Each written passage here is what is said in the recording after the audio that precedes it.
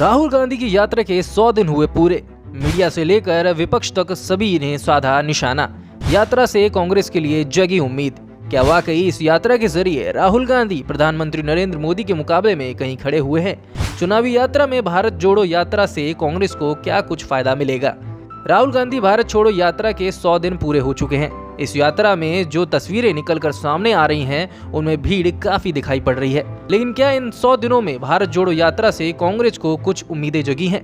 क्या वाकई इस यात्रा के जरिए राहुल गांधी प्रधानमंत्री नरेंद्र मोदी के मुकाबले कहीं खड़े हुए हैं? चुनावी राज्यों में भारत छोड़ो यात्रा से कांग्रेस को क्या कुछ फायदा मिलेगा? ऐसे ही तमाम सवालों पर आज हम चर्चा करेंगे। सियासत में ताकत भीड़ से तौली जाती है। सियासत में भीड़ परसेप्शन का एक पैमाना है। यह देखा जा सकता है कि जब रैली में, सभा में, पदयात्रा में कितने लोग साथ में हैं, कितने कदम साथ चले और कितने सर कैमरे के दायरे में आए। राजनीति में मजबूती का अगर यही पैमाना है तो राहुल गांधी की भारत जोड़ो यात्रा से कांग्रेस की आंखों में चमक जरूर आएगी। कांग्रेस का भरोसा बढ़ता नजर आ रहा है। भीड़ की तस्वीरें पिछले 100 दिनों में देश के दक्षिणी हिस्से से आ रही हैं। दिन पहले 7 दिसंबर 2022 को कन्याकुमारी से राहुल गांधी भारत की ओर यात्रा पर निकले थे।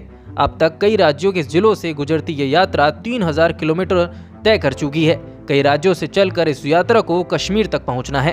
कांग्रेस की उम्मीद, राहुल गांधी की उम्मीदों से भरी यात्रा में 100 दिन निकल चुके हैं। करीब करीब यात्रा अब तक अपना आधा हिस्सा पूरा कर चुकी है। इस दौरान राहुल गांधी कभी फुटबॉल खेलते हुए नजर आए, कभी दौड़ते हुए, तो कभी नन्ही बच्चियों को सैंडल पहनाते हुए, कभी बुजुर्गों को गले लगाते हुए, तो कभी युवाओं को हाथ थामकर युवा अंदाज दिखाते हुए, कभी बारिश में भीगकर भाषण देते हुए। राहुल गांधी की इन तस्वीरों से एक बात तो जाहिर है कि कांग्रेस कार्यकर्ताओं की आंखों में चमक दिखने लग गई है। दक्षिण में मिले पदयात्रा के रिस्पांस से कांग्रेस अब उत्तर भारत में चल रही भारत जोड़ो यात्रा के अंदर जो रूट है उसमें भी बदलाव हुआ है। उज्जैन, महू में इस रूट में शामिल हुए हैं। उनके अलावा राहुल गांधी उज्जैन के महाकाल लोक भी गए हैं। उज्जैन में जनसभा भी की। वहां यात्रा को राजस्थान से जयपुर तक ले जाने की चर्चा भी की, लेकिन ऐसा नहीं हो पाया। यहाँ कांग्रेस दक्षिण में मिली मोमेंट को उत्तर भारत में भी बनाए रखना चाहती है। लेकिन सवाल यह है कि पदयात्रा में उमड़ी भीड़ क्या कांग्रेस की राजनीति क्षति बढ़ाने में मददगार साबित हो पाएगी?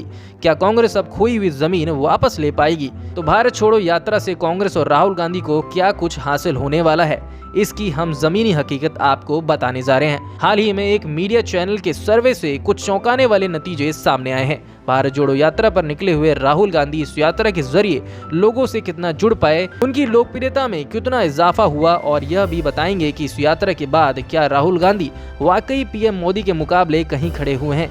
चैनल के सर्वे में यह बात निकलकर सामने आई है कि राहुल गांधी ने जब से कन्याकुमारी से यात्रा शुरू की है तब से लेकर अब तक, यानी कि राजस्थान तक, इस बीच राहुल गांधी की भाषा, राहुल गांधी के व्यक्तित्व में काफी बदलाव आया है। साथ ही राहुल गांधी की छवि भी धीरे धीरे उठने लगी है और इस यात्रा का असर आने वाले कुछ समय में देखा जाएगा।